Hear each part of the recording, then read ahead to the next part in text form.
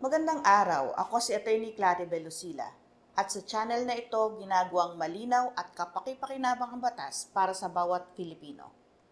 Ngayong araw tatalakayin natin ang isang madalas itanong.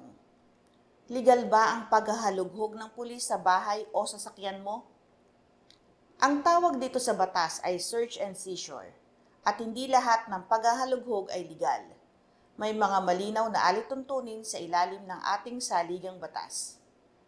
Ayon sa Section 2, Article 3 ng 1987 Philippine Constitution, the right of the people to be secure in their persons, houses, papers, and effects against unreasonable searches and seizures of whatever nature and for any purposes shall be inviolable, and no search warrant or warrant of arrest shall issue except upon probable cause.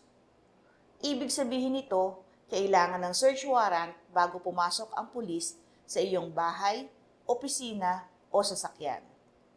Ang warrant ay dapat ipinag-utos ng korte at nakasulat ng eksaktong lugar at bagay na hahanapin.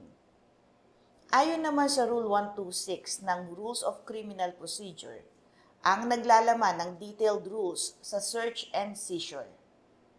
Subalit, kailan naman illegal ang search? Ang illegal search ay anumang paghahalughog na walang warrant at hindi pasok sa mga exceptions sa warrant requirement. Ito ay labag sa due process o walang probable cause. Sa kaso ng People v. Yanson na may GR number 238453, evidence obtained and confiscated on the occasion of such an unreasonable search and seizure is tainted and should be excluded for being the proverbial fruit of a poisonous tree. Ano ang ibig sabihin nito at ang epekto ng illegal search? Ibig sabihin hindi pwedeng gamitin ang ebidensyang nakuha. Ang tawag dito ay fruit of the poisonous tree doctrine. Mayroon din mga exceptions tayo sa warrant requirement. May mga pagkakataon kung kailan legal ang search kahit walang warrant. Ito ay ang search incident to lawful arrest.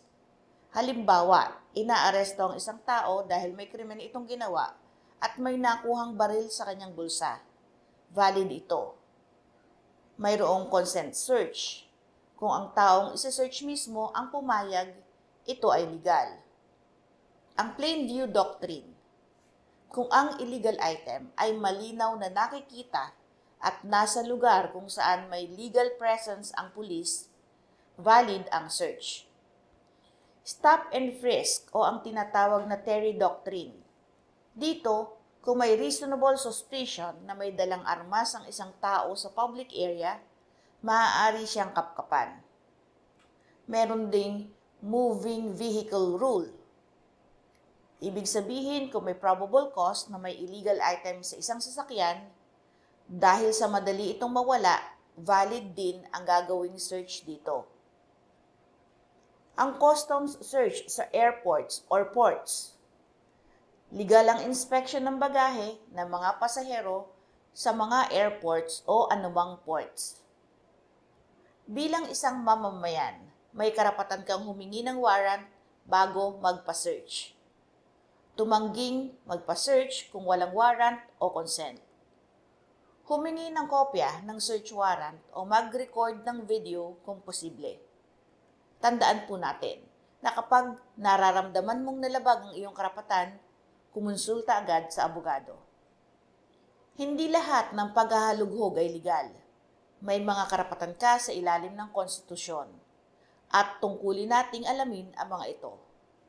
Dito sa ating channel, tinitiyak nating hindi ka basta-basta mapagsasamantalahan dahil alam mo ang iyong karapatan.